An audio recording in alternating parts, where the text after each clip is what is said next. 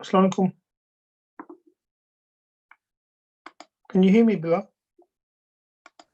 Walaikum salam, Sheikh. Yes, I can hear you. How are you? Alhamdulillah, good. How are you doing? Good, good. We starting? Yes, we're good. Give me a minute, and then yeah, we're ready. There's a few things that I need you to bring up. You know, the stuff that I put on WhatsApp. That's why I'm just emailing myself. I'm trying to get them on here now. Okay. Okay.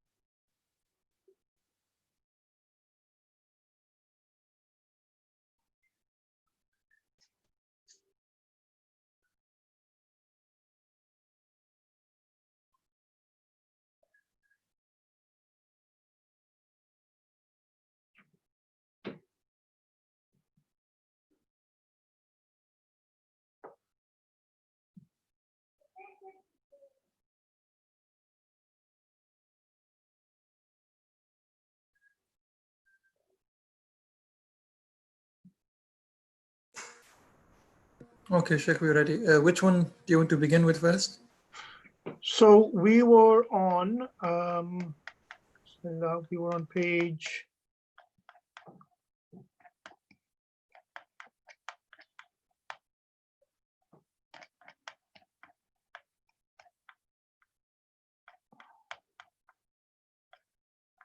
page 66. So before we start, we'll answer Arsalan's questions. So, do you want me to pull up some of the other slides? Yeah. Which one? You can give the slide. You can give the one that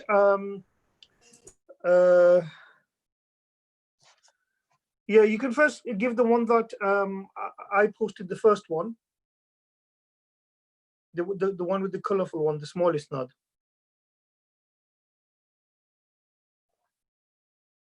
No, the other one.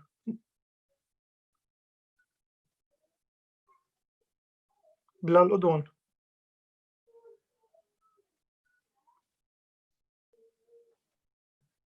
This one? No. The one with the colorful isnad. The one that was sent at 2344. Keep those up because we'll need those.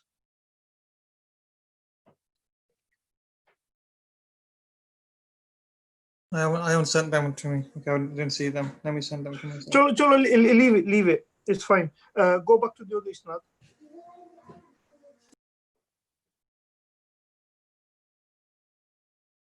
Go back to the one that you had on before. Yeah, leave that one on. Okay, Bismillahir Rahmanir Rahim. Alhamdulillahi wa kafa wa salamun ala ibadihi alladhina istafa amma ba'd. So in answering, is Brother Arsalan here? Yeah, I'm here, sure. Okay, so answering your questions, number one, in regards to what we have covered about the chain of narration and quantity, does each type, mutawatir, mashhur, aziz, excluding the gharib, have two types, namely lafzi and ma'nawi? Certainly they would, in the sense that, you know, you would get ma'nawi as well. But I'm not sure whether the ulama will take any heed of, ma'nawi riwayat other than for the mutawatir, because it's not really necessary. Okay, so you get mutawatir lafzi, you get mutawatir ma'nawi. Mutawatir ma'nawi are those mutawatirs which lafzi is not mutawatir, but the meaning, they have a particular, they have a particular meaning which is unique across all, which is ubiquitous across all of them. And that's why we say that this concept is mutawatir, even though the hadith, individual hadiths are not mutawatir. I'm sure you can get that for certainly mashhur, okay, hadith which is mashhur, but or at least the meaning or the content is mashhur, but the ulama do not use those. I mean, you'll get them in haqiqatan, but they're not used as technical terminologies to assess hadiths. So even Aziz, I mean, we've read Imam Ibn Hajar is basically saying, doing Rad of Ibn Hibban, that Ibn Hibban says that Aziz is not found at all. You can't find Aziz. So Imam Ibn Hajar says that if Ibn Hibban means that in every subsequent generation of the Isnad, there has to be two people, not minimum, there has to be two people, strictly two people in every subsequent generation of the Isnad, then that's not found. But if we have, at least in one generation, if we have two people, and in subsequent generations, the numbers do not fall below two, then there's plenty of those. So I think the Aziz one, we wouldn't even call it a lafzi ma'nawi, because in order for it to be ma'nawi, you need to have like quite a lot of people saying the same stuff. Maybe for mashhur you can, but in my kind of research and understanding, nobody uses the term mashhur ma'nawi. The term ma'nawi is only kind of unique to mutawatir. So mutawatir lafzi, mutawatir ma'nawi. Does that make sense? Yeah. In relation to your second question, in relation to fard nisbi, as Ibn Hajar mentioned in the section of Aziz, that the chain should not consist of less than two narrators, but more is not a problem, as that is expected. With a fard nisbi, where the chain starts out with more than one, and then gets to a point where there is only narrator, isn't this strange? Is there such a hadith that is sahih and fard nisbi? Well, you can get sahih and fard nisbi, right? That is possible. Then you said been adding to my notes. So what I get is that fard mutlaq can be together in one. So if I change my second question, asking if there is an example of where at the level of the sabi there are many tabis narrating apparently, and then somehow. Yeah, so I think Sheikh Athar Hussein, I'm not sure how much Sheikh Athar Hussein has studied, ulum al-hadith before he started doing his PhD. But when he's saying but fard nasbi is where there are more people in the first part of the chain, and then this shrinks to a solitary reporter later. This is true, but it's not accurate. This is not what fard nisbi is. Fard mutlaq is when there is a solitary reporter, right? Mainly in the level of the tabi'i. Fard nisbi, right, is not when there is a solitary reporter. Okay, this is a misunderstanding, and I think this you're also misunderstanding this. So let's go back to the definition of fard nisbi. So if you go one page up, والثاني الفرد النسبي. Yeah. Bilal, are you with me? No, go down. Page 65. Yeah, more down. Where you see this? Yeah, Asani, page 65.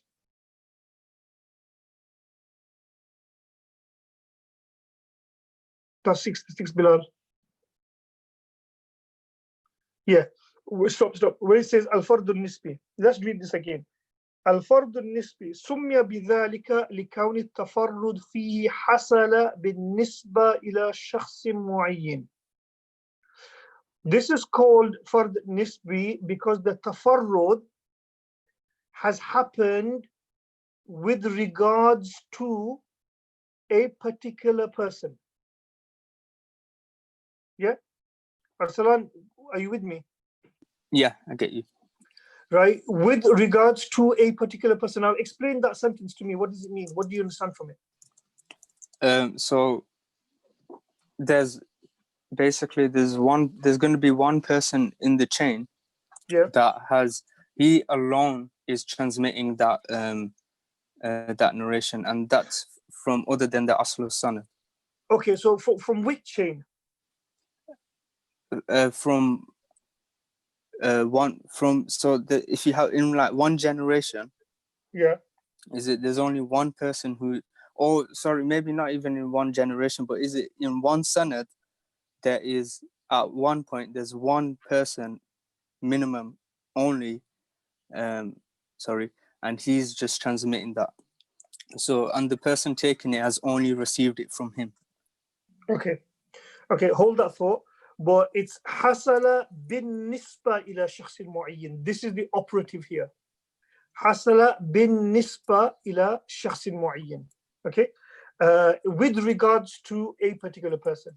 وإن كان الحديث في نفسه مشهورا. That's the second condition. وإن كان الحديث في نفسه مشهورا. What does that mean? Even though the hadith is in and of itself mashhur, but the tafarrud has happened with regards to one person. What on earth does that mean? See, what we say about fard is where there are more people in the first part of the chain, and then this shrinks to a solitary reporter later. He hasn't taken into consideration these things. He's one of the things that people are confusing, and I think maybe you are also confusing, Arsalan, is the difference between a hadith and an isnad. Yeah. When we talk about especially fard nisbi, not fard mutlaq, when we talk about fard nisbi, we are actually talking about isnad, tafarrud in the isnad, right? Not necessarily tafarrud in the hadith. That's why it's called nisbi, it's relative. When we talk about fard mutlaq, then we basically say that the tafarrud has happened in the hadith itself. Okay, now let's read this definition, and then we'll go to the diagram that I produced. ويقل إطلاق الفرضية عليه, and very rarely or seldom you basically say that this is seldom you say this is فرض. لأن الغريب والفرد, so you call it غريب. لأن الغريب والفرد مترادفان لغة واصطلاحا إلا أن الاصطلاح غير بينهما من حيث كثرة الاعتماد. Okay, so this is more a logwi thing. If you just go Bilal, just a same page, just a bit up, where it says فرد المطلق. Yeah, الفرد المطلق كحديث النهي عن بيع الولاء وعن هبته. This hadith is for the mutlaq because تفرد بعبد الله بن دينار عن ابن عمر. Abdullah ibn Dinar narrated this from Ibn Umar, and he is the only narrator who narrated this from Abdullah ibn Umar. So we will basically say that this hadith has got fard mutlaq, or this hadith itself is gharib. وقد ينفرد به راو عن ذلك المنفرد. Right? And sometimes from that munfarid rawi, so Abdullah ibn Dinar, somebody might do tafarrud from that munfarid. rawi, right, from Abdullah ibn Dinar, كحديث شعب الإيمان, such as the hadith of شعب الإيمان. تفرد به أبو صالح and Abi Huraira. The Abu Salih, he was the sole tabi'i who narrated the hadith of Iman. Inna imana bid'u wa bid'una shu'ba, from Abu Huraira. So that makes the hadith fard mutlaq. Okay. وتفرد به عبد الله بن دينار عن أبي صالح, and the تفرد به عبد الله بن دينار عن أبي صالح, and Abdullah ibn Dinar did tafarrud from Salih. So in that sense, his hadith is also nisbi. وقد يستمر التفرد في جميع رواته أو أكثرهم. Okay, and sometimes you can get tafarrud which happens throughout the entire chain, right, or in most of them. So he's basically given us three scenarios here, Arsalan. Number one is tafarrud happens, right, in the asl sanad, in the level of the tabi'i, right, or tafarrud happens in any phase which is beyond the tabi'i. It can happen anywhere. Or number three, you can have tafarrud happening from the tabi'i. So the tabi'i, so the hadith is for the mutlaq, but also tafarrud from him. So the hadith becomes for the nisbi. That's scenario 3. Or you can get scenario 4, where you can have a solitary report all the way, right? Or most of the isnad. Okay, so he's given the example of Abdullah ibn Dinar, an-nahyu an bay'il wala wa an hibatihi. Where there is tafarrud mutlaq and tafarrud nisbi together, that's the diagram that I produced for you. So go to the diagram, Bilal. I took a long time, Arsalan, preparing this diagram, so I hope you understand this masala. So which diagram are you referring to? So the one with the isnad chart on it. Okay, let me see.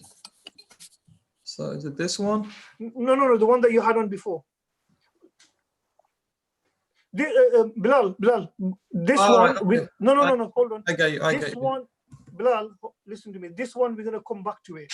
Go to the one that This you one had here. first. This This one. Okay. Yeah. So this is the hadith of Shu'ab al-Iman, right? Now, this hadith of Shu'ab al-Iman, right? Let me get my version out.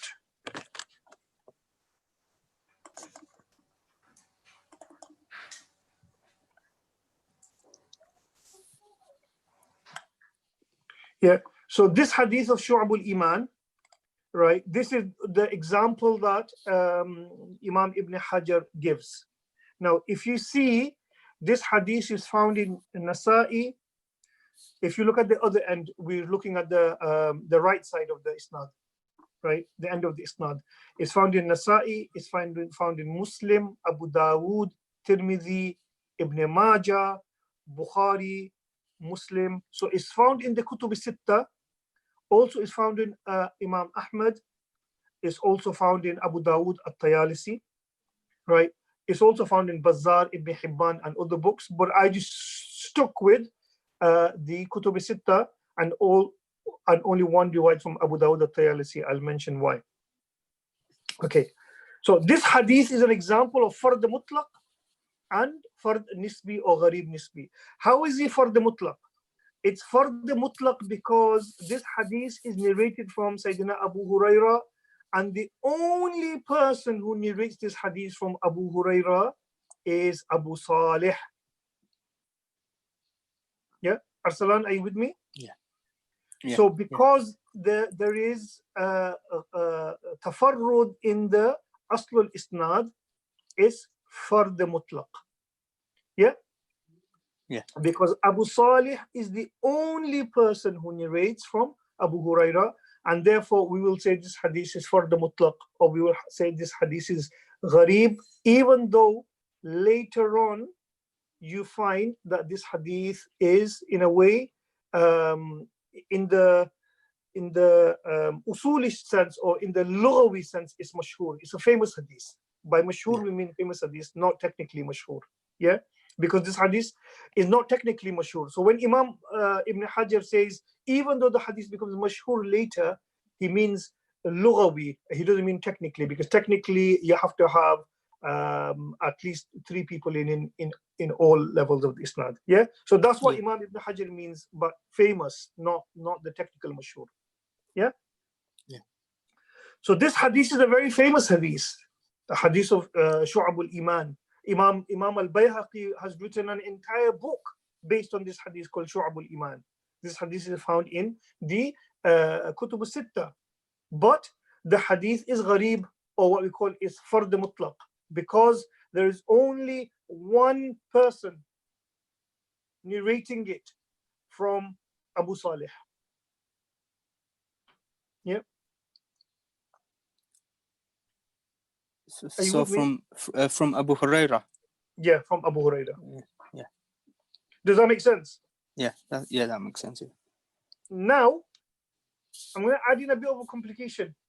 There were other companions, such as Abu Sa'id al-Khudri and others, who have also narrated this same hadith. Yeah? From the Prophet sallallahu alaihi wasallam. So Abu Huraira has got shawahid. He's got other companions who narrate the same hadith. Yeah. But when the companion is different, even though the wordings of the hadith might be same or similar,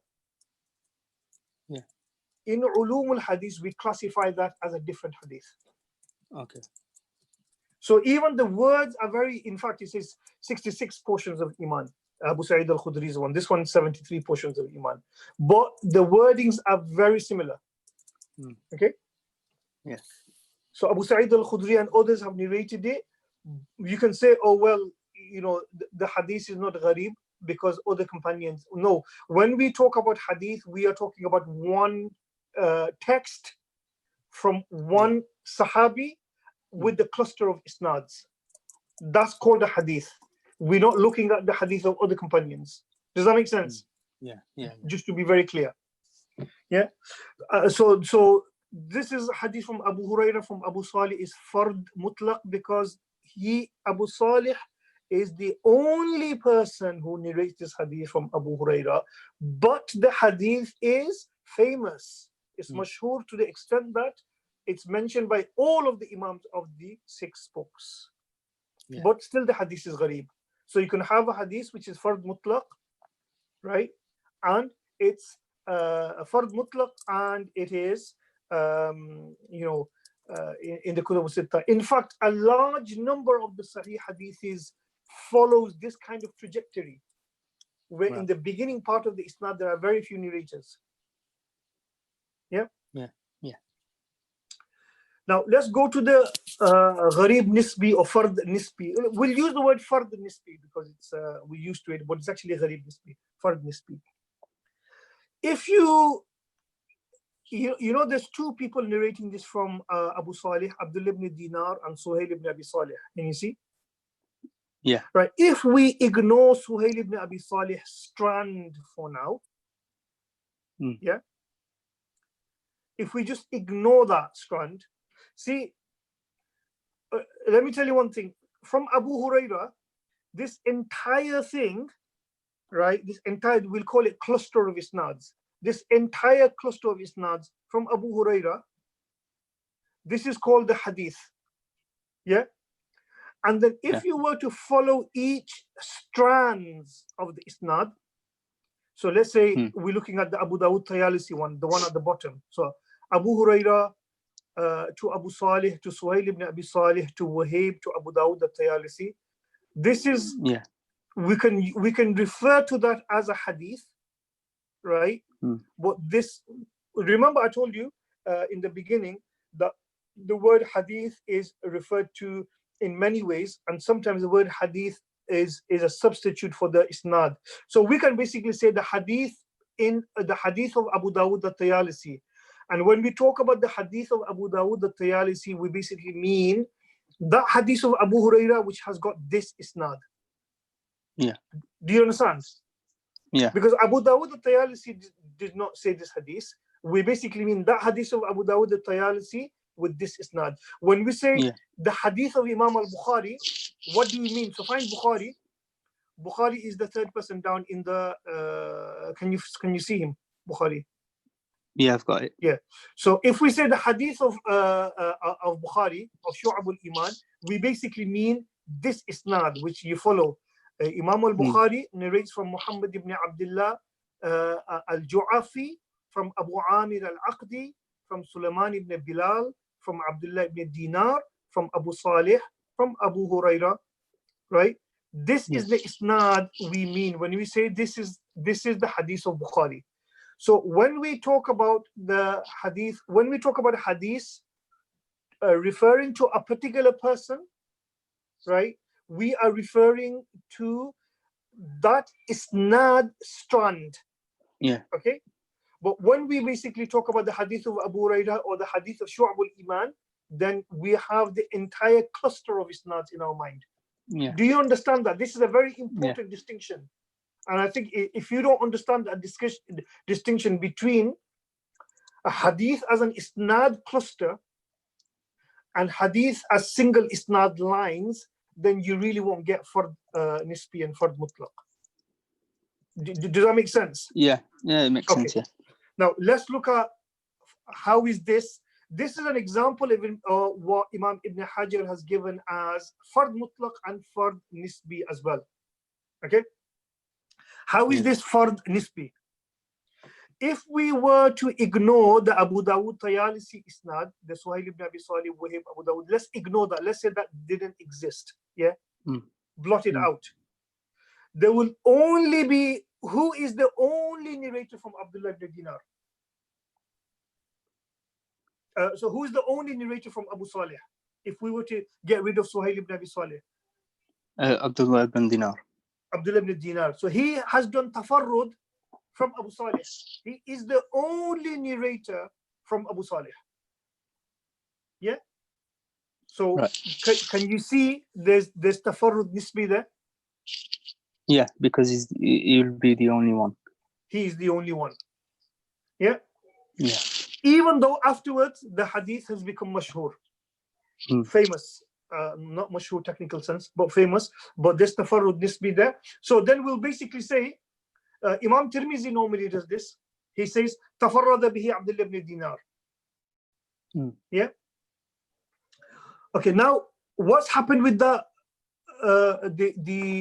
Suhail ibn Abi Salih one? If you go to Suhail ibn Abi Salih, Abu Salih, the Abu Dawud Tayalisi, that is a better example. Yeah. For understanding, understanding what fard nisbi is, right? Because the Abdullah ibn Dinar strand, he's amalgamated the fard nisbi and fard mutlaq together, so it's still hard for you to understand. Okay. Another example of fard nisbi is the riwayat of Suhail ibn Abi Salih from to Wahib to Abu Dawud al-Tayalisi. This is fard nisbi. Yeah. How is it fard nisbi? So if we were to basically say Abdullah ibn Dinar and Suhail ibn Abi Salih, both of them are narrating from Abu Salih. Abdullah ibn Dinar and Suhail ibn Abi Salih, both of them are narrating from Abu Salih. Then the tabi'in part is not fard nisbi anymore. Yeah. Because there's two people narrating from Abu Salih. Yeah. Yeah. Yeah. So now this then explains to you the nature of what gharib nisbi or fard nisbi is. Fard nisbi is basically gharib, but from a particular angle. So from one angle, we say that the riwayat of Abdullah ibn Dinar is gharib nisbi because he's the only one who is narrating from Abu Salih. But from another angle, it's not gharib nisbi because he has a tabi', which is Suhail ibn Abi Salih. Yeah. Right? So then why is Ibn Hajar calling it gharib nisbi? I'll explain to you why. If you look at Abdullah ibn Dinar's isnad, you will find Suhail ibn Abi Salih there. Where does Suhail ibn Abi Salih come in that isnad of Abdullah ibn Dinar? He's in the next. He's in the next generation Yeah. from him. He's in the next generation, right? So Suhail ibn Abi Salih narrates this hadith from Abdullah ibn Dinar, and he has got Sulaiman ibn Bilal, Jarir, Sufyan al-Thawri, right, as his tawabi, people who are corroborating his narration from Abdullah ibn Dinar. So there's 1, 2, 3, 4 people who are corroborating from each other. Yeah. Now Suhail ibn Salih has got 3 students: Hammad ibn Salama, Jarir, Sufyan al-Thawri. Right. I think there's a mistake somewhere in this, not with the Jarir come twice. I think Jarir should be the student of Suhail ibn Salih. I'll have to go and check my notes. Let me check my notes. Suhail ibn Abi Salih. Yeah. So Jarir should basically be the student of Suhail ibn Abi Salih, not his classmate. So that bit where he's under Suhail ibn Abi Salih with this Jarir there, that's a mistake. Yeah. So you can rub that out. No, not this one, Bilal. That's not a mistake. The other one, the one underneath Suhail ibn Abi Salih. Where Suhail ibn Abi Salih is in the set, yeah, that one is a mistake. But leave that in there for the time being. There's something I can explain about that. Okay. Now, from Suhail ibn Abi Salih, he has got 3 Suhail ibn Abi Salih has got 3 students: Sufyan, Jarir, and Hammad ibn Abi Salama. Right. Yeah. But look at the narration of Suhail ibn Abi Salih from his father Abu Salih. That is nobody. Okay. There's mutaba'at of Suhail ibn Abi Salih to Abdullah ibn Dinar. Yeah, there's mutaba'at. But then Wahib has narrated from Suhail ibn Abi Salih. There's nobody who is corroborating that isnad from Suhail ibn Abi Salih. Yeah. And then Abu Dawood at-Tayalisi narrates from Wahib. There's nobody corroborating that. Now, this isnad, if Imam al-Tirmizi was narrating this isnad, he would basically say, هذا الحديث غريب من هذا الوجه. Yeah. That this hadith is gharib from this isnad. Why is it gharib from this isnad? Suhail, can you explain? Arsalan, can you explain? Why is it gharib? Because Suhail so Wahib only takes from Suhail and no one else takes from him. Yeah. And then in the next generation, Abu Dawood only takes from Wahib and no one else takes from him. Okay, so now Abu Dawood, there might be more people who are taken from Abu Dawood, from Wahib, alongside Abu Dawood. I just didn't mention them. Okay, but the gharabat happens. Who's the culprit? So from whom the gharabat happened? It's Wahib. Wahib, yeah. Right, because we know many people also narrate from Wahib alongside Abu Dawood Tayalisi, but we don't find anybody else narrating from Suhail ibn Abi Salih other than Wahib this particular isnad. Now, what's the big deal with this particular isnad? The big deal with this particular isnad is that this particular isnad is wrong. Right. Why is this particular isnad wrong? There's 2 ways we can basically ascertain that this isnad is wrong. Number 1, there is nobody corroborating Wahib's information from Suhail ibn Abi Salih from Abu Salih. Nobody is there to corroborate that Suhail ibn Abi Salih has narrated from his father. The only person who does that is Wahib. But if we look at the other people who are in the same level as Wahib, which is Sufyan al-Thawri, Jarir, Suhail ibn Abi Salih himself, and Sulaiman ibn Bilal, we see all of them corroborating each other that the hadith is from Abdullah ibn Dinar. But we've got nobody corroborating that the hadith is from Suhail ibn Abi Salih directly from Abu Salih. We find that Suhail ibn Abi Salih narrates from Abdullah ibn Dinar from his father.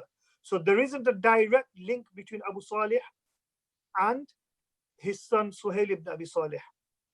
The Sima is not established. The Sima is not established. Yeah.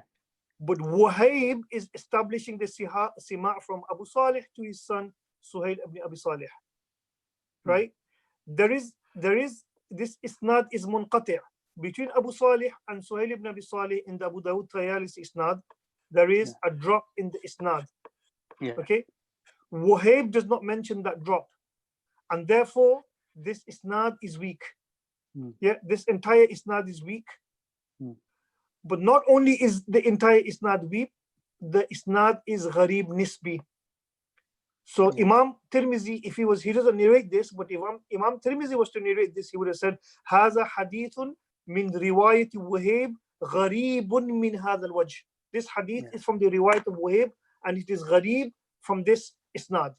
What it means by gharib here is gharib nisbi, because the hadith is mashhur. There are many people narrating from Abdullah ibn Dinar, right? Two people narrating from Abu Salih, Abdullah ibn Dinar and Suhail.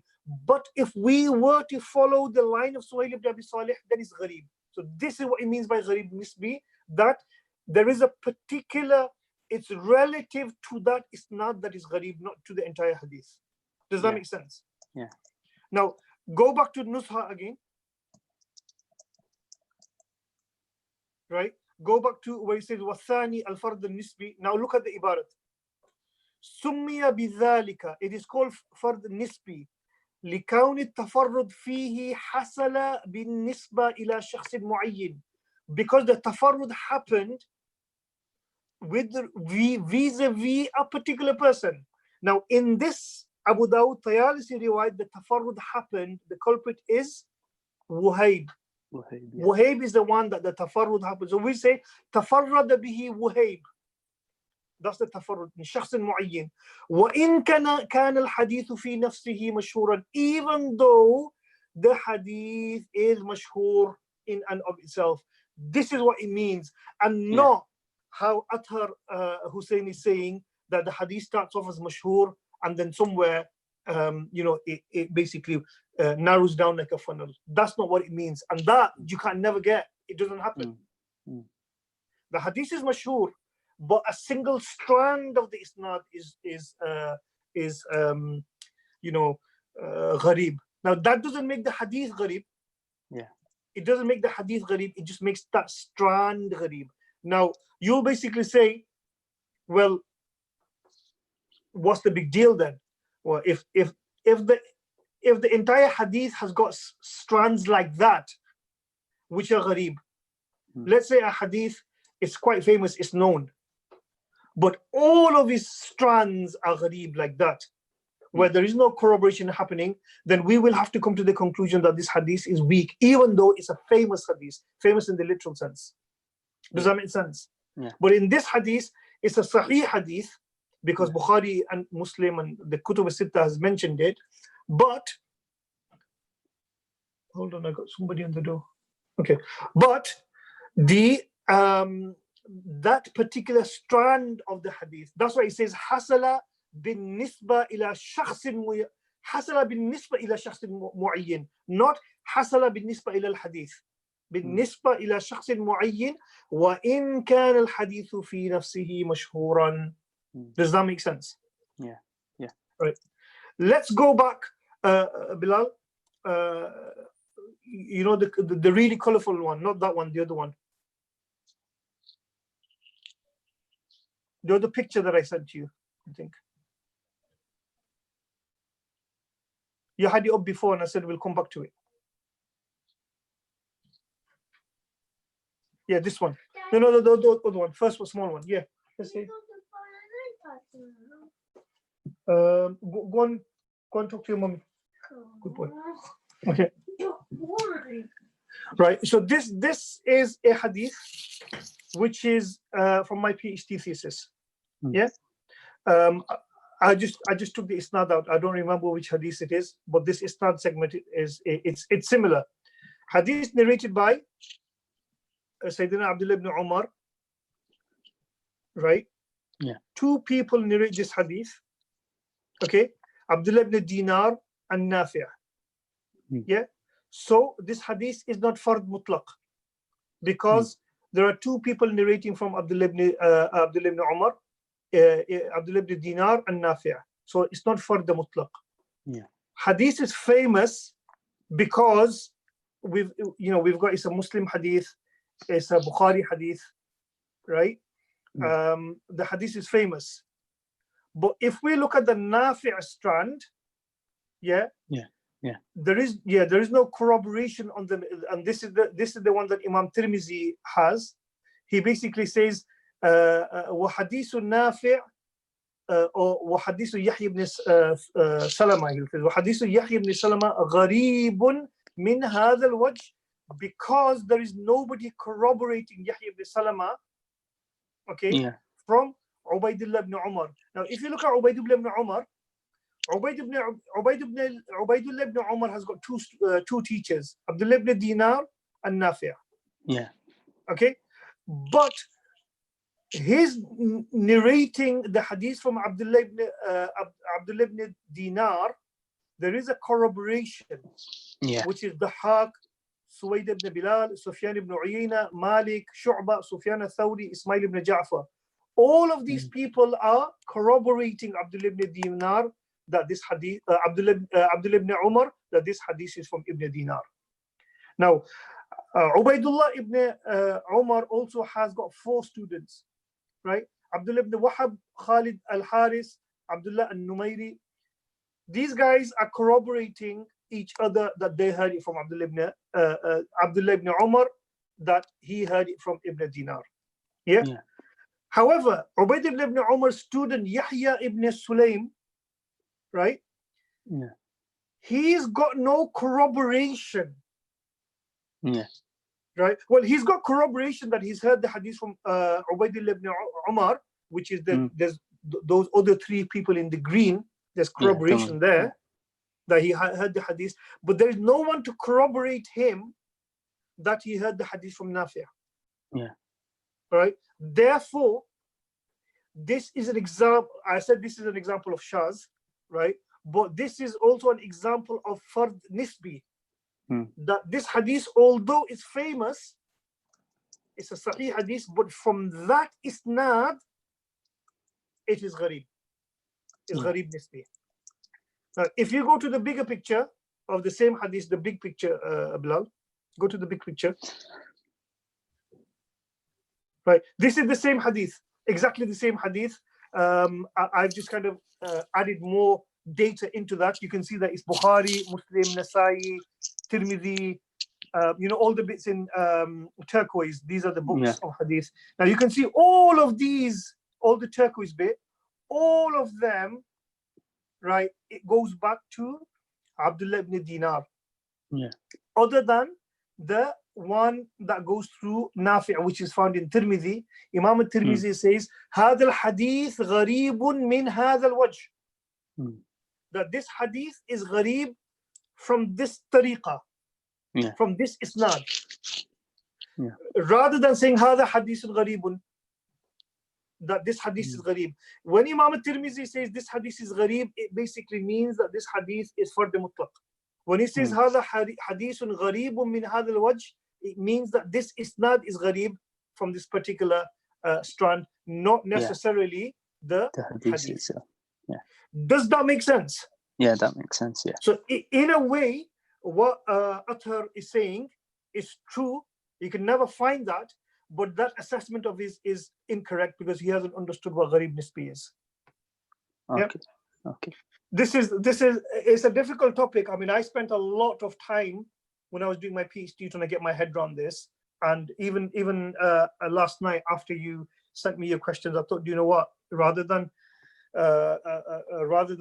kind of trying to explain it, I'm just going to use the example that Ibn Hajar did. So I got my hadith books out and especially Mizzi, Imam Mizzi, Tuhfat al-Ashraf by Imam Mizzi. He's very good because he collects all the isnad strands and shows where the isnad fans out. So using Mizzi, I developed this isnad, but this isnad is only based on the Kutub al-Sitta. I could have added more, but the purpose is that it doesn't matter even if I add Shu'ab al-Iman, Bayhaqi and Ibn Hibban and Bazzar and all that, it will still all go back to Abu Salih through Abdullah ibn Dinar. So it doesn't really matter. You understand? It doesn't matter how much the isnad fans out afterwards, it still will go back to Abdullah ibn Dinar. Okay, so I just thought I'll just do this just to explain to you. I hope that was beneficial. Yeah. Thanks for your time, Sheikh. Yeah, no worries, no worries. I mean, it's my job, so I have to do this. Let's go. Let's start on. I hope everybody else is understanding, and it's just not me and Arsalan talking. And please do send your questions. I will answer your questions in the classes. If it's not that difficult, then I will answer it there and there. If it is difficult, then I will have to do research and I will come back to you. I will answer it in the class, inshallah. Okay, let's go back to the book now, page 66. I think, Sheikh, this was good. Practical demonstration, just to see how things are, laid out. I think that helps. Yeah, it's a bit difficult to teach with the Zoom, because then normally I would have my pen and my blackboard, whiteboard, and then I'll show you the demonstration. So it is quite hard to teach ulum al-hadith, because a lot of it is to do with practical demonstrations. Could you say that every fard mutlaq is fard nisbi? So it's umum khusus mutlaq. Every fard Mutlaq. No, that's wrong. Because every fard mutlaq, no, it won't, because if the hadith if it's fard mutlaq, it will make the hadith gharib. The entire hadith will be gharib. Yeah, but can it not be fard nisbi as well? That's what I'm saying. Every fard mutlaq will also be fard nisbi, because relative to the companion, the tabi is a single narrator, isn't it? Yeah, but we're not. We don't. When it comes to gharib, we don't look at the companion. So one person narrates or 100% narrates, a sahabi. It doesn't really matter. No, I'm saying the tabi from the sahabi. Yeah, but we just wouldn't call that nisbi. The reason why, because we're not doing the relation to the sahabi, we won't call it nisbi. The fard mutlaq will make the entire hadith gharib. So yes, linguistically you can say that it's in a particular in a sense that it might be nisbi with in relation to the sahabi, but we just wouldn't use that istilah. It'll just confuse people. Yeah. Okay. The other thing is, I was going to say something. Oh no, it's gone out of my head now. Okay.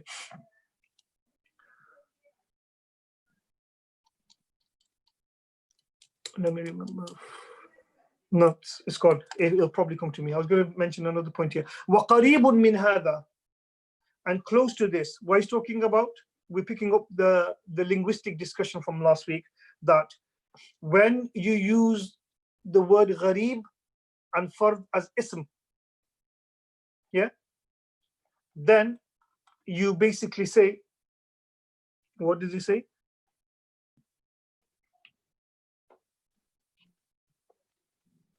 Yeah, so you basically say, when you use it as ism, you say fard mutlaq and gharib nisbi. Although both of them, fard and gharib, means the same thing, but when it's a fard mutlaq, we basically say that it's the gharab, the tafarrud has happened in the level of the tabi'i, right? And gharib nisbi means the gharab has happened somewhere else in the isnad, or there is a particular gharib feature in the isnad.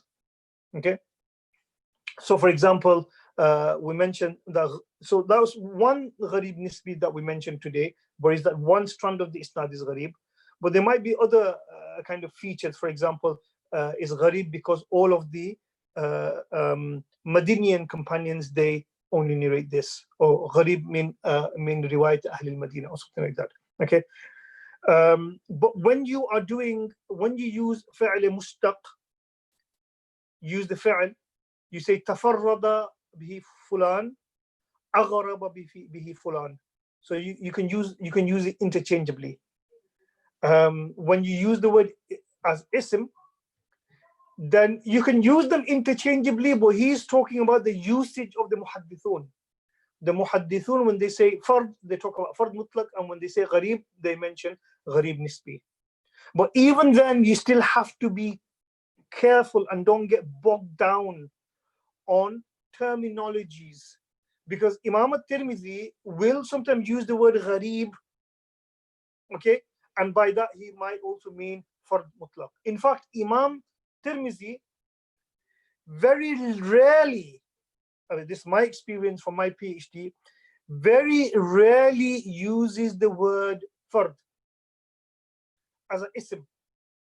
He uses the word gharib, okay, to explain fard mutlaq and gharib nisbi. But when he basically says gharib, when he's using gharib nisbi, he'll basically say tafarrada bihadha al-wajh, or la yujad illa min hadha al-wajh, or la na'rifuhu illa min hadha al-wajh, gharibun la na'rifuhu illa min hadha al-wajh, or gharibun min hadha al-wajh. He will always qualify it. But even in fard mutlaq, Imam al-Tirmidhi uses the word gharib. But when he's when he's using the fa'al, then mostly he uses the word tafarrada min hadha al-wajh.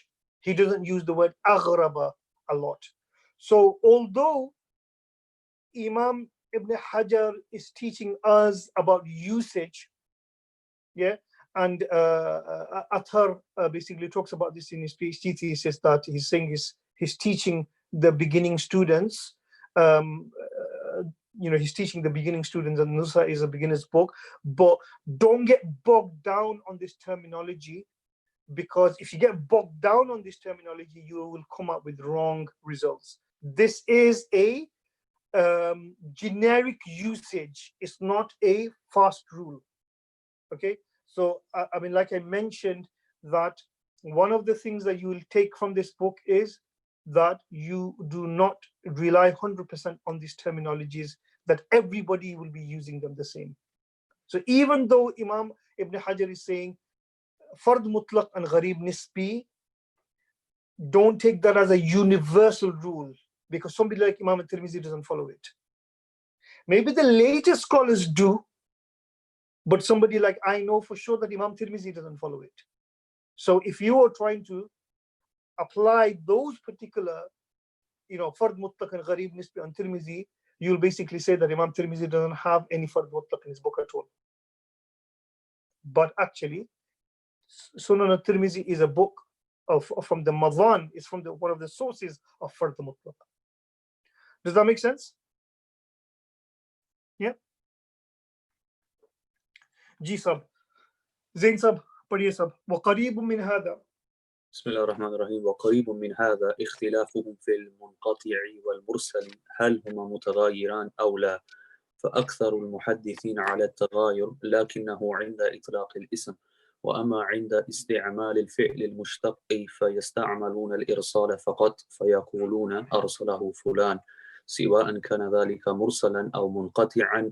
ومن ثم أطلق غير واحد ممن لم يلاحظ مواقع استعمالهم على كثير من المحدثين أنهم لا يغايرون بين المرسل والمنقطع، وليس كذلك لما حررناه، وقل من نبه على النقطة في ذلك، والله أعلم. Okay. وقريب من ذلك. So he's following the linguistic discussion in the way that fard mutlaq and gharib nisbi, and when they're used as a ism, the ulama of hadith use it in a particular way, and when they used as a fa'al, then they use it in a particular way. He says similar to this is the discussion of the words mursal and munqati'. So this is what we call a jumla mu'tarida. Yeah, this is a tangent. So I'm not the only person who has tangents. Imam Ibn Hajar also has tangents. Zain Sab. So do you understand jumla mu'tarida? Yeah, if you take it out, it doesn't have any effect. Yeah, this is a tangent. Okay.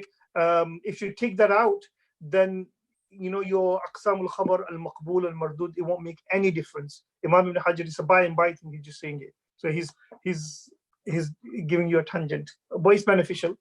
So this is the ikhtilaf. وَقَرِيبٌ مِّنْ هَذَا قَرِيبٌ مِّنْ هَذَا, the difference between gharib and fard is that ikhtilaf fil munqati' wal mursal in the اختلاف of the words منقطع and mursal. منقطع هل هما متغايران أو لا? Are they two different words or are they the same? Are they two different meanings or do they mean the same thing? فأكثر المحدثين على التغاير. Most of the muhaddithun are of the opinion that there's تغاير, they're different. Okay? لكنه عند إطلاق الاسم. But the difference is apparent when you use the ism, the noun form of the word. منقطع, mursal. So منقطع is a break in the isnad. The break in the isnad can be in any place. Okay? Break in the isnad can be in any place. However, when the break in the isnad is between the tabi and the Prophet sallallahu alaihi wasallam, that is called mursal. So mursal is a specific type of munqati'. But the ulama, they make a distinction. So you can say that munqati', right, is at the top. Break in the isnad. There are different types of breaks in the isnad. For example, there are maqtu'. Maqtu' is a break in the isnad where the hadith goes all the way up to the sahabi, okay, and doesn't go beyond the sahabi. There's mursal. Mursal is when the sahabi is missing from the isnad, the tabi directly narrates from the Prophet. Yeah. There is tadlis, right? Tadlis sheikh, tadlis sheikh, and there are a number of types of tadlis where this inqita happened between a rawi and his sheikh. Okay. There is mu'dal. Mu'dal is when there are two people missing together. These are all types of munqati'. But other than the irsal, the rest of them we call them munqati'. So when we say munqati', it can be tadlis, it can be maqtu', it can be mu'dal, either of them, any of them. But it's not irsal, because irsal has got a particular terminology for that. Okay, so there is a umum khusus mutlaq relationship, but when the ulama use the word mursal as a ism, they will say mursal and munqati'. By munqati' they can mean mu'dal, they can mean maqtu', they can mean tadlis, so and so. Yeah. وأما عند استعمال فعل المشتق, however, when they are using the verb form of that word, فيستعملون الإرسال فقط. They only use the word إرسال. أرسله فلان سواء كان ذلك مرسلا أو منقطعا. Yeah, irrelevant of whether this is mursal or munqati', they will basically say the word arsala. Arsala basically means to let loose. Okay, by missing somebody in the isnad, you've made the isnad loose, right? Untied the isnad. Now, why can't they use the word inqata'a, Zain Sab? Why can't they say rather than say arsalahu fulan? Why can't, if it's a munqati, why can't they say inqata'ahu fulan? So can you repeat the question? So instead, so here they're saying in the ism they distinguish mursal and munqati'. But when you use the word fa'al, the fa'al verb, the verb form of it, even for munqati' they say arsalahu fulan, right? So why can't they say inqata'ahu fulan? That would mean that the sanad stopped. Sorry? Would that mean the sanad stops then if you use the verb inqata'? Okay, so there's two reasons why. Number one is inqata'a babi infi'al is fi'al lazim, so you can't basically say inqata'ahu fulan, yeah, because that will make it muta'addi. You know the difference between lazim and muta'addi? Yeah. Yeah. So inqata al-isnad, right? You can't have another fa'il to it because that will make it muta'addi. So that doesn't work. That inqata'u fulan from an Arabic point of view, it doesn't work. So the other word is qata'ahu fulan. Now when you say qata'ahu fulan, that's going to confuse with the maqtu' hadith, okay, which stops at a sahabi, the maqtu'. That's why they basically use the word arsalahu fulan even for munqati'. Yeah. أرسله فلان سواء كان ذلك مرسلا أو منقطعا ومن ثم أطلق ومن ثم أطلق غير واحد ممن لم يلاحظ مواقع استعمالهم على كثير من المحدثين أنهم لا يغايرون بين المرسل والمنقطع. Okay, let's take a break, okay, and then we'll come back inshallah.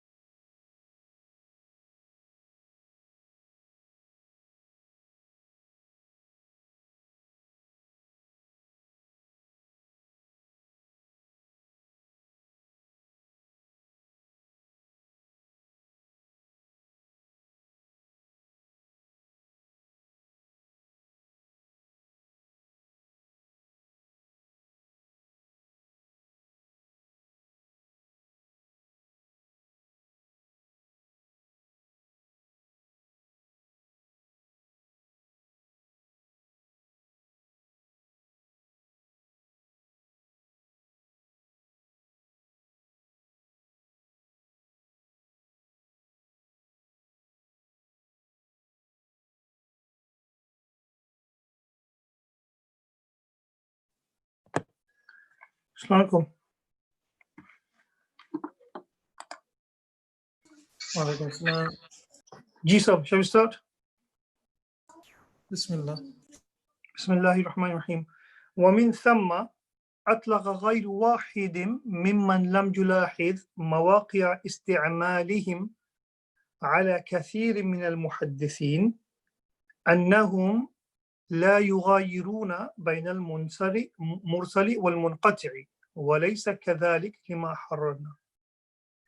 He says on this basis, on what basis?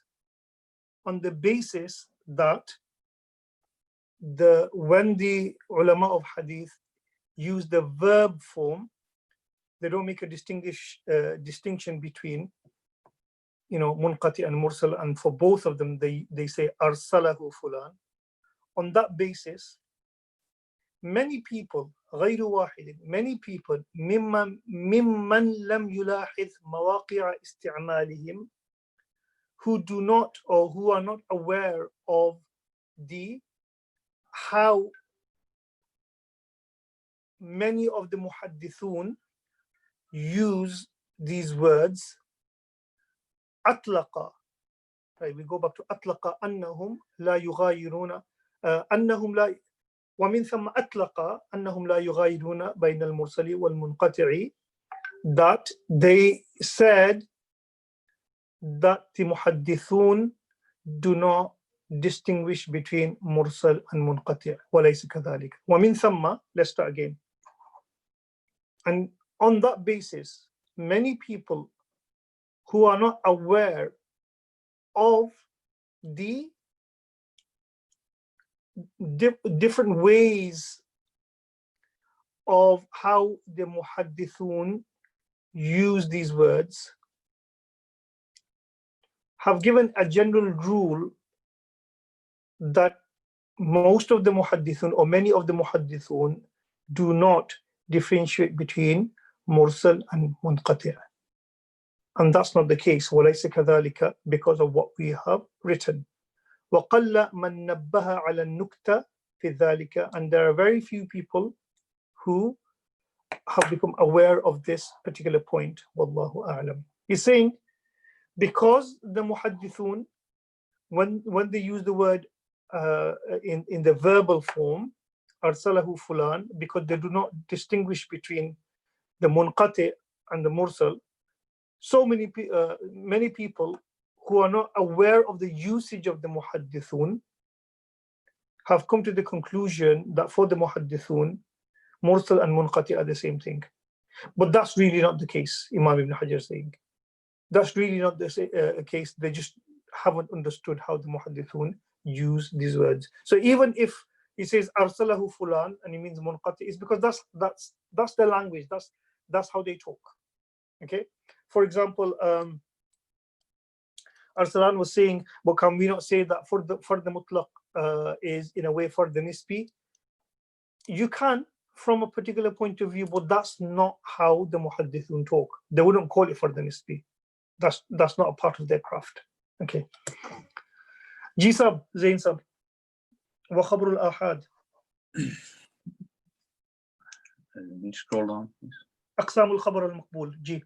Here. وخبر الآحاد بنقل عدل تام الضبط متصل السند غير معلل ولا شاذ هو الصحيح لذاته. G. So from here starts what we call what we are interested in. All previously what we've studied, it's more about the isnad lines and how hadith has reached us as far as the different isnads is concerned. We really, when we are talking to people and they say, what's the status of this hadith? We really don't say, other than mutawatir, right?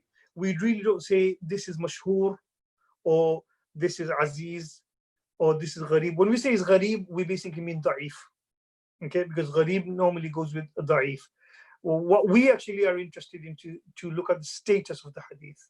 Okay, and this is where it starts. أقسام الخبر من حيث من ناحية القبول والرد. Okay, that's what we're interested in, not من ناحية الوصول إلينا. that how it reached us. We're not really interested in a sense of whether the hadith is khabr ahad, gharib, or aziz, or mashhur. As long as it's sahih, then we act upon it. If it's not sahih, then we have to look, can we act upon it or not? Okay, so what's really important is to identify whether it's qabul or not. Wa khabrul ahad, and khabrul ahad, by khabrul ahad he means the hadith of mashhur, the hadith aziz, and the hadith gharib, fard mutlaq, fard nisbi. بنقل عدل تام الضبط, right? When it is transmitted by an upright person who has complete erudition, muttasil sanad, and the isnad is muttasil, it's the isnad is unbroken or continuous. غير معلل, doesn't have any hidden defects. ولا شاذ, and doesn't have any anomalies. هو الصحيح لذاته, it is صحيح لذاته. صحيح لذاته in another sense is actually صحيح. Yep, صحيح لذاته is when we say this hadith is sahih, we actually mean this hadith is sahih لذاته mainly. Okay. وهذا أول تقسيم المقبول إلى أربعة أنواع. This is the first categorization or the first type of accepted hadith, which are four. لأنه إما أن يشتمل من صفات القبول, because either the khabr ahad, see, khabr mutawatir is excluded from this discussion because we don't need to. Khabr mutawatir is already maqbul. It's the khabr ahad we need to basically decide whether they're maqbul or not. إما أن يشتمل من صفات القبول على. So how is it four? Because either the hadith has got the qualities of acceptance, and that quality is either a'laha, it is of the highest quality, or it's not. Okay, or it's not.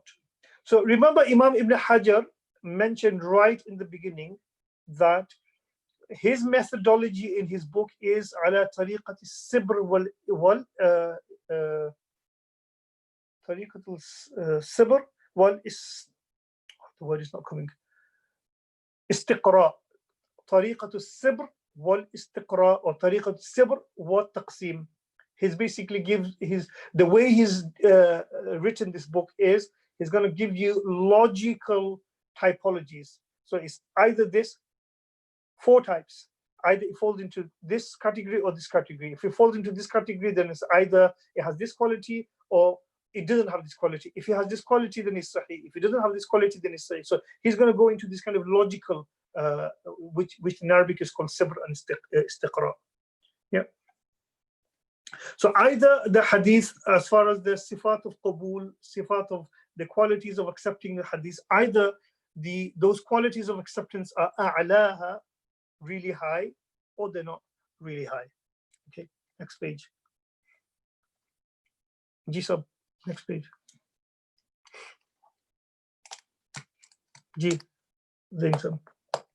الأول الصحيح لذاته، والثاني إن وجد ما يجبر ذلك القصور ككثرة الطرق فهو صحيح أيضا لكن لا لذاته. So الأول الصحيح لذاته, the first one where the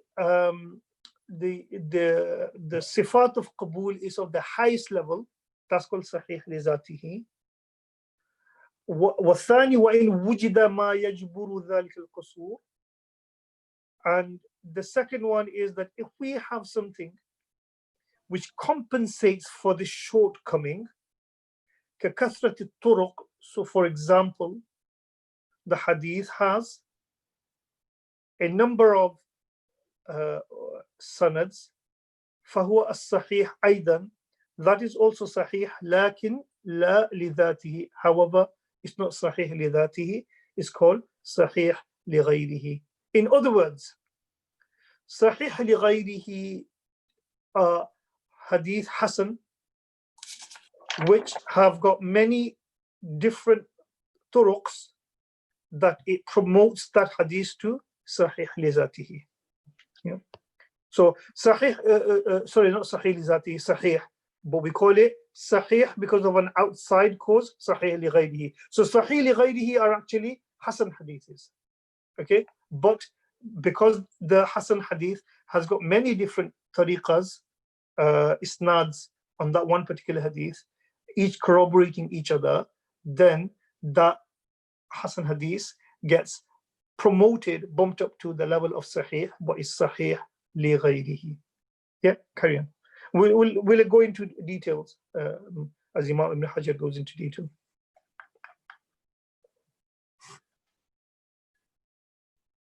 Karin. Yeah.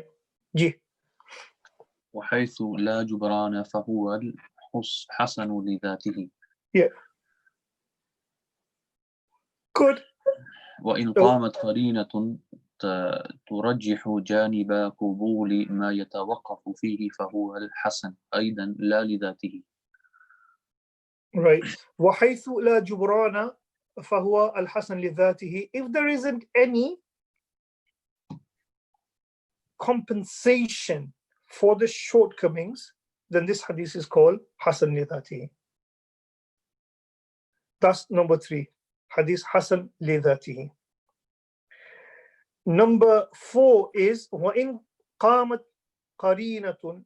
If there is an textual indicator which privileges the side of, or the portion, or the qualities of accepting the hadith, فهو الحسن أيضا ما يتوقف فيه فهو الحسن. This is also a Hasan, but it's not Hasan لذاته, it's called Hasan لغيره. وقدم الكلام على الصحيح لذاته لعلو رتبته, and the discussion on Sahih لذاته has been put forward first because of its high status. So Imam Ibn Hajar basically said that there are 4 types of hadiths which are maqbool. Either the hadith, the qualities of qabul is of the highest order, or the quality of the hadith is not of the highest order. If the qualities of the hadith is of the highest order, right, then this is hadith li zatihi. If the quality of the hadith is not of the highest order, but there is something there to compensate that shortcoming, and what is the compensation? Kathrat al-turuq. Then that is a Hasan hadith, right, which is Hasan li dhatihi hadith, which is then promoted to the level of Sahih li ghayrihi. But when there is no compensation, it's a Hasan hadith, but there isn't Kathrat al-turuq, or all of the tariqa are gharib, then this hadith is Hasan li dhatihi. However, if you have a weak hadith, but there are indicators in the weak hadith that privileges this hadith to be accepted, then we will also say that this hadith is Hasan, but it's not Hasan li dhati, it's Hasan li ghayrihi. Have you ever heard of the expression where Imam Ahmad ibn Hanbal says that, what did he say? I completely forgot now.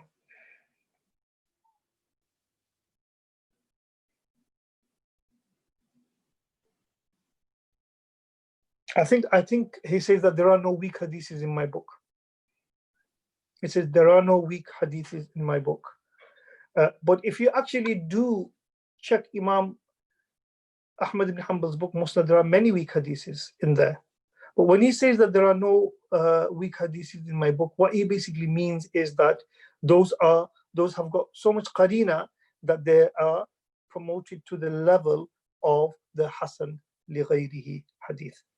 Now, what is this thing that Imam Ibn Hajar keeps talking about, Jubran al-Nuqsan, or Qasr, that if it falls down from the level of Sahih li Zatihi. What's the parameter? What's the criteria?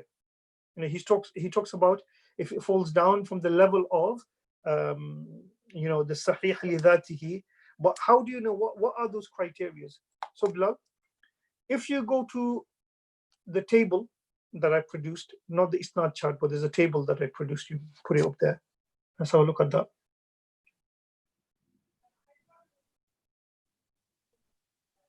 I think it's a screenshot I've given you. No, not that one. A table, not a Isnad chart. Not this one. It's another one. It's a picture that I sent, not a PDF.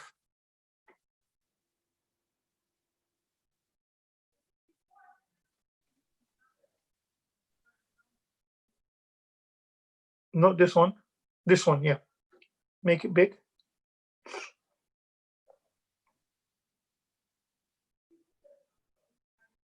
You can't see it. Yeah.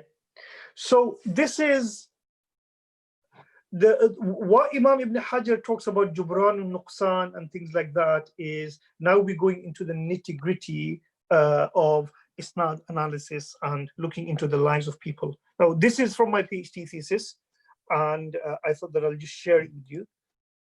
Let me just bring it up again on my screen.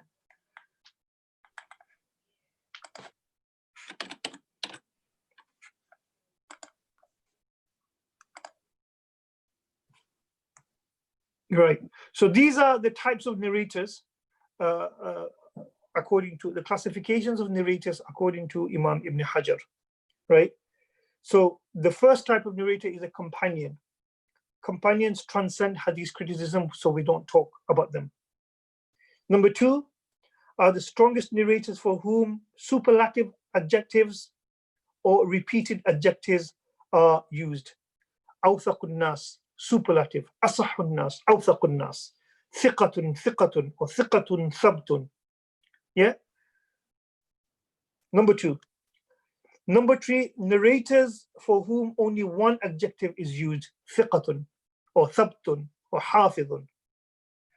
So, if number one is out of our discussion, we don't discuss them. Al-Sahaba kulhum adul. We don't discuss any of the companions. From number two to number three, these narrators are what we call the narrators of Sahih li Dhatihi. Yeah. From number oh, where is it going again? So I've got three screens here. Yeah. Right. Number four, the narrator who falls short of number three. Right. So he falls short of number three. He's not thiqa. There is something wrong with him. Okay, mainly in his dabt, in his erudition as a scholar. For that person, you will say saduqun, he's trustworthy or truthful. La ba'sa bihi, there's nothing wrong with him. Number five, someone who falls short of number four or has been accused of holding heterodox ideas, such as being a Shi'i. Saduqun, sayyi'ul hifz, tashayyu'. Yep. Number four and number five are where your Hasan Hadith are, if the narrators are Hasan Hadith. Remember this rule that I've given you. A hadith is judged according to its strongest isnad. And an isnad is judged according to its weakest narrator. Do you remember that? Zain Sab? Yeah. That's a soundbite. Remember that. That's a very important asl. A hadith is judged by its strongest isnad, and an isnad is judged by its weakest narrator. So if a hadith has got 10 isnads, and there's weak ones, there's mediocre ones, and there's sahih ones, the sahih isnad is the one that will promote the hadith to the level of sahih. Yeah. And it's the individual people in the isnads which will demote those isnad. So for example, the hadith of Shu'ab al-Iman, right? The hadith of Suhail ibn Abi Salih, that is a weak isnad. But that isnad does not take anything away from the actual status of the hadith. It's a sahih hadith, just that one particular isnad is weak. But we have the Bukhari isnad, which goes through Abdullah ibn Muhammad al-Ju'afi, Abu Amir al-Aqidi, then to, I think it's Sufyan, to Abu Salih, to Abdullah ibn Dinar. That is a strong isnad. Okay. So number 4 and number 5 are those people who are on the level of Hasan hadith. If those Hasan hadiths, if there's many isnads for that same hadith, like 4 and 5, then that will bump up the hadith to the level of Sahih li ghayrihi. However, if there isn't many isnads to promote the hadith, then the hadith will remain on the level of Hasan li dhatihi. Then when we go to number 6, come on. Let me just download this stupid thing. Sorry, I'm talking to myself. Where are you? This is, I hate using so many screens at the same time. They mess up. Right, this is better. If we look at number 5, someone who falls short of number 4 or has been accused of holding, no, that's number 4, we've done number 5. Number 6, someone who has narrated very little hadith that is not possible to reach a satisfactory conclusion about him by studying his hadith. Maqbul, we call this person Maqbul, Layyinul hadith. So these things, like, when you have Maqbul, means accepted, okay? But actually, it's a technical terminology, Maqbul. It means that, okay, we'll accept him, but we really don't have a lot of his hadiths to analyze and to come to a decision about him. Yeah, do you remember, Zain Sab, I mentioned how you come to a decision about a narrator? You come to a decision about a narrator by studying every single hadith that narrator has narrated, and by comparing every single hadith to his classmates and how they narrated, and whether he is narrating same as his classmates or not. Not for just one hadith, but every single hadith that person has narrated. Okay, and if we find that the person is making major mistakes, how do you find he's making major mistakes? That his hadiths are not corresponding with the hadiths of all his other classmates, then we'll basically say this guy is a weak scholar. That's how this person is declared as weak, because by corroborating, we find that 10 people are saying the same thing. He is always making a mistake. Yeah.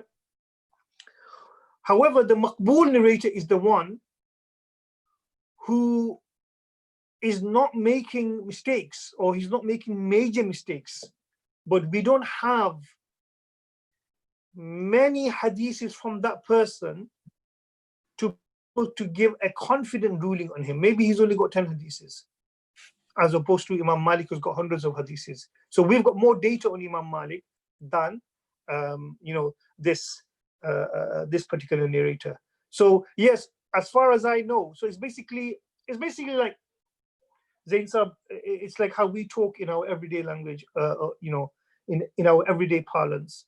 Do you know Sheikh Atabek? And you'll basically say, yeah. How many books have you studied with Sheikh Atabek? 2. 2. Okay.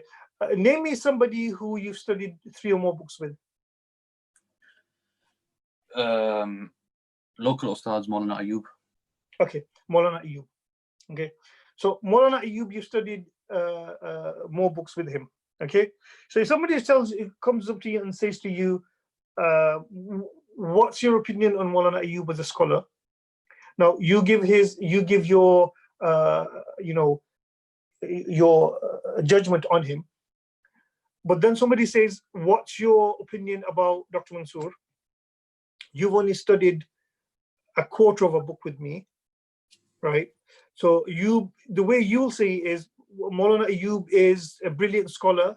I've studied with him for 15 years and, you know, this and that, and you give your judgment. When it comes to me, you'll basically say, well, as far as I understand, his teaching is nuzha, good.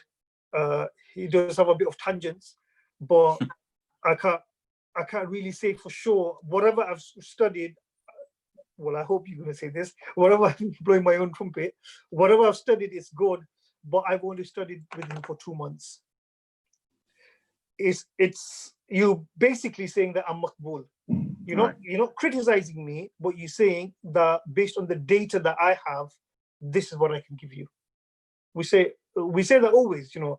I don't know him much, but my interaction with him was good. Any people, or I don't know the family as such, but what I've seen from them is good, rather than saying, oh yeah, I'm very close to the family and I've known them for 20 years and they're brilliant. Do you understand the difference? Yeah. It's all to do with the number of data that you have, the amount of data. So maqbool and layyin al-hadith. Number 7 is more than one person has narrated from him. However, no one has given him a character reference. So these two, 6 and 7, will basically are in an eclectic position between da'if and hasan. Certainly they can be used as what we call corroboration, tawabi'. Number 8, no character reference is available for him and he's been branded a weak narrator without explaining why. Definitely da'if. Only one person has narrated from him and he don't authenticate. Number 9, right? Matruk, wahi, saqit, these are definitely weak, right? But they're so weak, number 9 onwards, that you cannot even use them as corroboration, as tabi', yeah, and so on and so forth. So that's Ibn Hajar's classifications of 12 types of narrations. I must have got this from the Nuzha. I think I do discuss it. If you go to page 152, you have my thesis, right? If you go to page 152 of my thesis and read the discussions around there, I wrote the thesis 10 years ago, so I don't remember what's in there. But you'll see why I mentioned this and which book I take. I think it's from the Nuzha anyway. So those are the so we talk about Jubran and Nuqsan and how one falls short. Those are the classifications that Imam Ibn Hajar has done it for us. He's broken it for us, and all we need to do is basically go into a hadith biography book, and we find if a scholar is thiqatun thabtun or awthaqul hadith, then we know that he's a sahih narrator. And if this narrator is in the hadith in an isnad, right, and all of the people in the isnad are sahih, then this is the narrator which will promote the hadith to sahih. Does that make sense? Yeah. Yeah. This is why it's easier to give a judgment on an isnad rather than easier to give a judgment on a hadith. Yeah. Does that make sense, Zain Sab? Can you clarify that? Is it because there's more, a hadith has many isnad? Yeah. Because in order to give a judgment on a hadith, you have to have an oversight of all of the isnads, or at least find out which one the sahih isnad is. Yeah. So it's in a way it's easier to give a judgment on an isnad, or easier to. So for example, you found a hadith which is da'if. Yeah. It's easier for you to basically say this hadith is da'if with this particular isnad rather than saying this hadith is da'if, because have you looked at all of the isnads of the hadith to see whether if there's any strong strands there or not? Right. Yeah. This is why Imam Nuruddin al-Haythami, yeah, he has a book called Majma'u Zawaid wa Manba'ul Fawaid. Nuruddin al-Haythami. He has a book called Majma'u Zawaid wa Manba'ul Fawaid. In this book, he takes out the zawaid of the Ma'ajim al-Tabrani of Saghir, Kabir, and Awsat. Zawaid basically means the hadiths which are unique in that book. It's not found in any of the other, it's not found in the, so by zawaid it can mean anything really. But what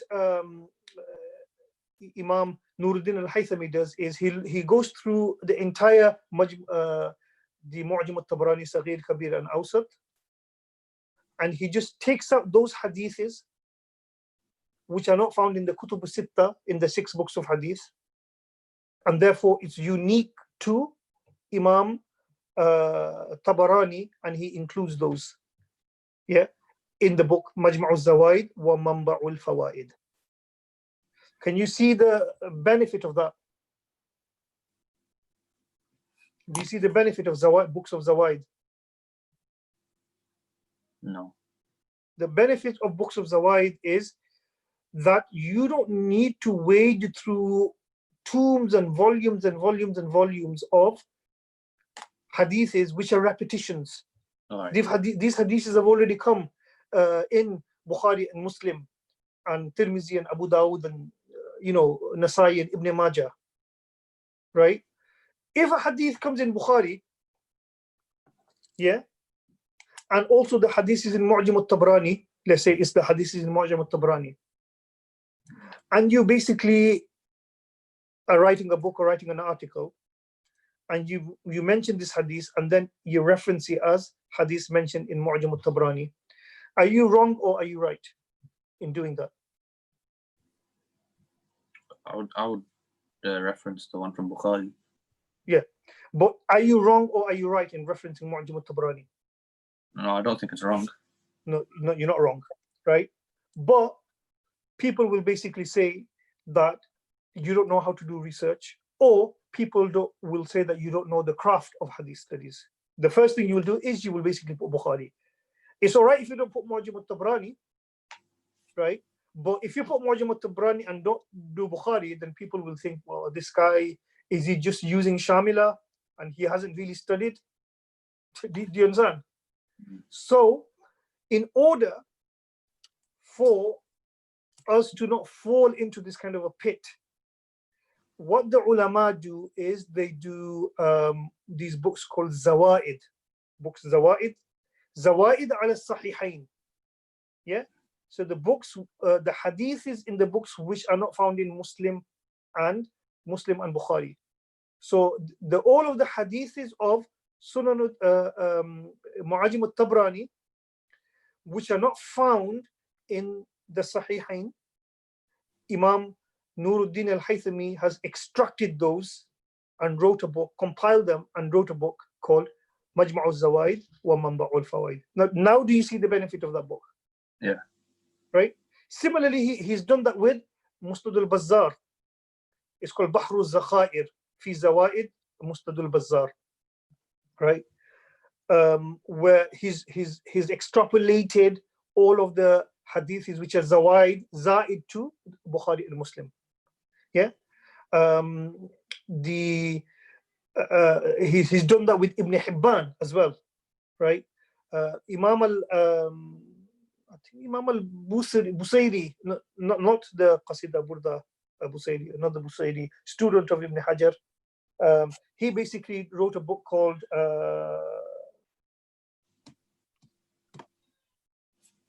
Misbah al-Zujaja. Misbah al-Zujaja fi Zawaid Ibn Majah. Misbah al-Zujaja fi Zawaid Ibn Majah. In there, he's only extrapolated the hadiths of Ibn Majah, which are not found in Bukhari and Muslim. And he's basically wrote a book, just put them in a book called Misbah al-Zujaja. Sorry? Are most of them weak? Most of them will be weak. Not necessarily weak, but they will be weak. That's why one of the reasons why they do that is, first of all, to stop you from quoting obscure references when you can quote the original sources.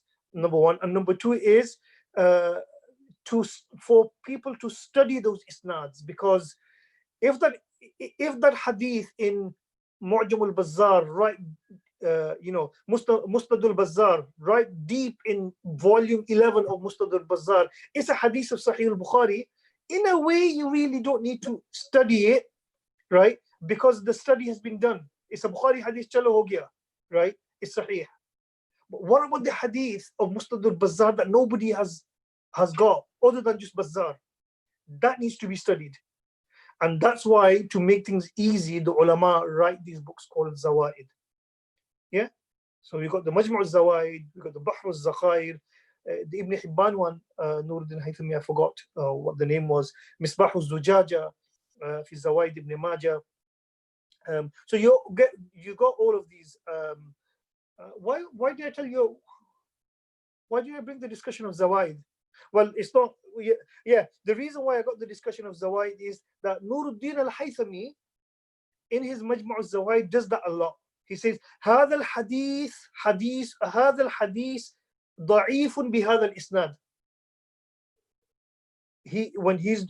Because he's doing the isnad analysis of those hadiths in the Zawaid, so he basically, rather than saying هذا حديث ضعيف, he says هذا حديث ضعيف بهذا الإسناد. And the ulama have recognized that and they praise him for that. He is a darbul mithl. He's an example in this of, rather, being careful, and rather than saying the hadith is da'if, he says هذا حديث ضعيف بهذا الإسناد, or هذا حديث حسن بهذا الإسناد. Does that make sense? Jisab? Yeah. Any questions? Okay. Bismillah. وَالْمُرَادُ بِالْعَدْلِ من له ملكة تحمله على ملازمة التقوى والمروءة. What does it mean by adalat? What does it mean by adalat? Adalat is, how would you translate it? Morally upright. Man lahu malikatun or malakatun, whoever has got the capacity which allows him to continuously carry on the path of taqwa, God fearing or God consciousness, wal muru'a, and muru'a is being socially, morally upright. Wal muradu bit taqwa, what does it mean by taqwa? Istinabul a'mal as-sayyi'ah min shirk aw fisq aw bid'ah, to refrain from bad actions such as shirk, fisq, and bid'ah. One of the things that you will notice, I think Imam Ibn Hajar mentions this later on as well, is that when it comes to dirasatul isnad, you understand what I mean by dirasatul isnad? Studying and analyzing the isnad. It's not really the adalat, the moral uprightness of the rawi, that is really analyzed. It's more of what type of scholar he is. It's more the dabt, and when we come to the dabt, we will get there. Because all of these things of shirk, fisq, and bid'ah, these are all to do with the zahir. Because if somebody is a mushrik inside at home, you wouldn't know. So this is public manifestation of these things. Yeah. And public manifestations of these things are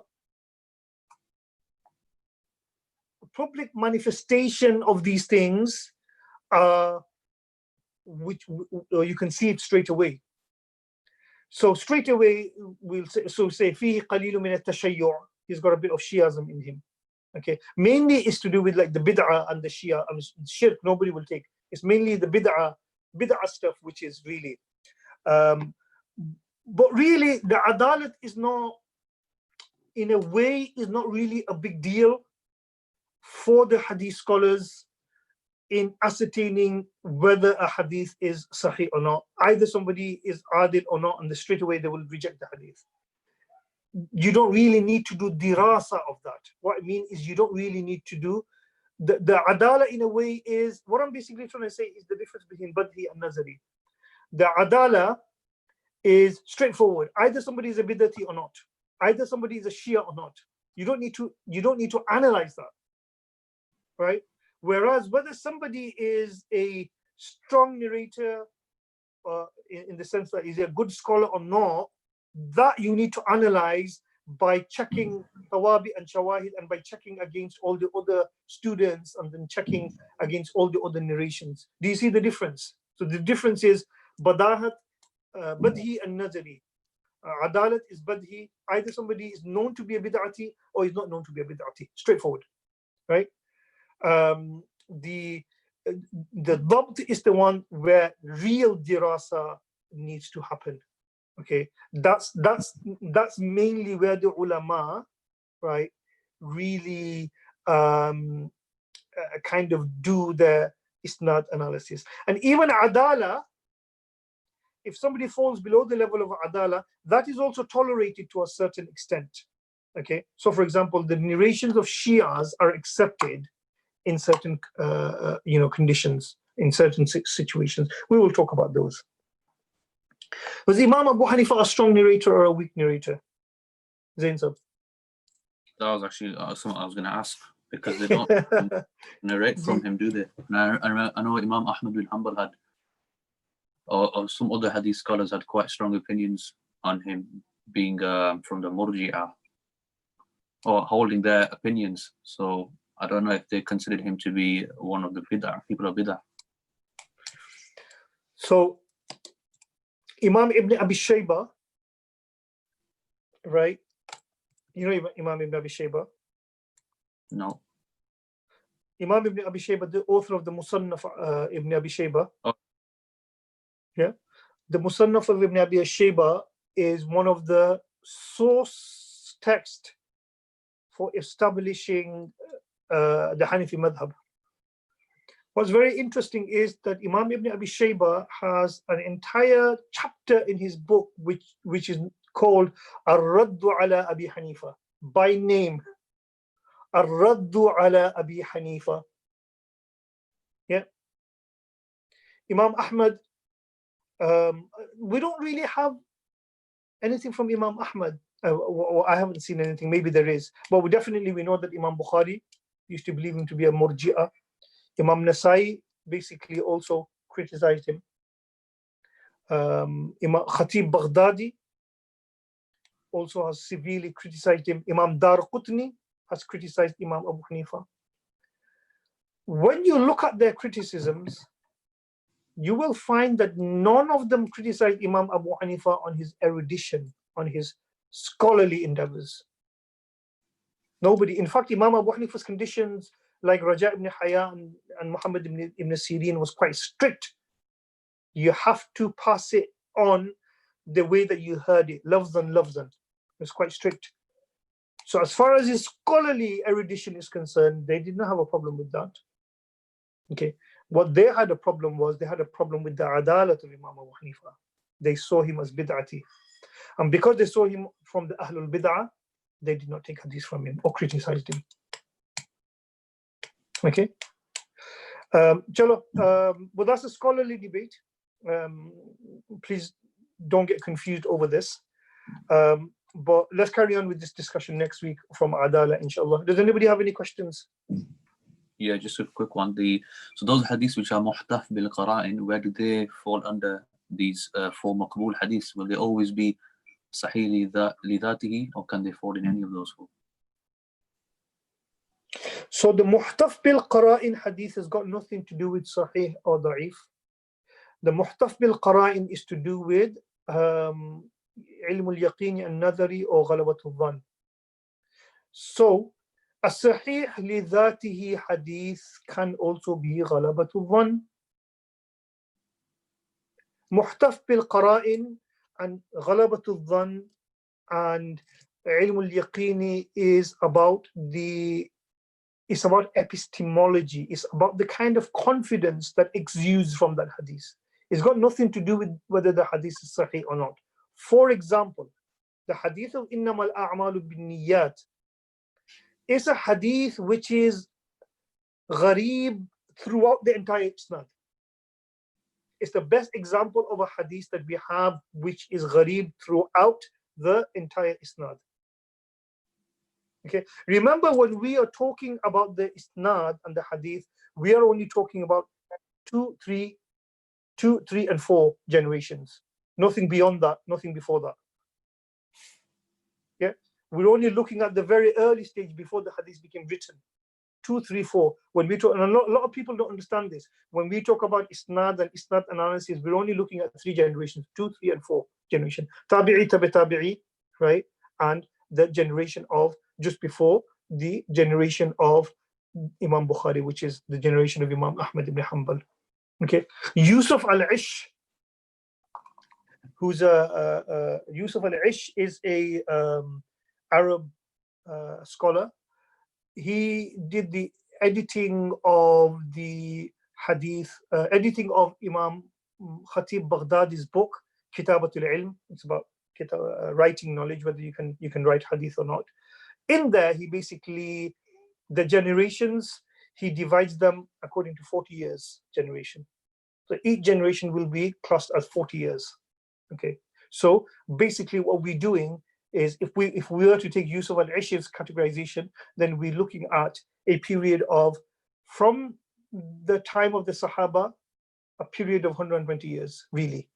That's where all of those isnad analysis and everything of kitabat and writing down and turuq and every discussion, right, is within those 120 years. Before the 120 years is the era of the Sahabis. We don't discuss that. After that is the eras of the book of the ulama of hadith. That really, ulama sometimes do discuss it. That really will not make a hadith da'if. So even afterwards, if people are narrating, for example, Ibn Hajar narrates a hadith and there's she's narrating it from one person, narrating from one person, narrating from one, it won't make the hadith da'if. It's the thing. This is why Imam Ibn Salah has a very controversial statement in his book, where many people have responded to him. I think Ibn Hajar also responds to him, and Suyuti also does respond to him. He says that after Bukhari, Muslim, nobody has got the audacity or the technical expertise to do the Rasatul Asanid and come up with new explanations. He says that, he says, I do not believe it is possible to come up with a new hukum of a hadith after the period of Bukhari and Muslim. Khair. So your question is, we're looking at apple and pears. Muhtaf bil qara'in and all that is to do with epistemology. It's got nothing to do with whether a hadith is sahih or not. Does that make sense? So when you're looking at the strength of a hadith, will you take into account both these, the apple and the pear, for example? Most likely, you don't take into account the apple and the pears. You don't take into account the muhtaf bil qara'in unless there are 2 sahih hadiths which are contradictory to each other. That's when you are going to look into that. 2 sahih hadiths which are contradictory to each other. From the muhaddith point of view, remember the usul al-fiqh and the Hanafis have got their own kind of usul. So we wouldn't be comparing usuls here. Within the same usuls, if there are let's say 2 hadiths which are exactly the same, both of them are sahih, then maybe, and they're contradictory, then maybe they will look into all of these things, that this hadith instills more confidence because it's muhtaf bil qara'in, it's a Bukhari hadith. People normally do that. Oh, this hadith is in Tirmidhi. Yeah, Bukhari Sharif ke hadith hai bhai. You understand? Ka Tirmidhi hai. So people do that. So it's only when there is a tajadub, when there is a tension, then people do that. Otherwise, it's not really necessary. Thanks. Is that okay? Yeah, thank you. Chale, take care. We'll see you everyone next week, inshallah. Okay, assalamu alaikum.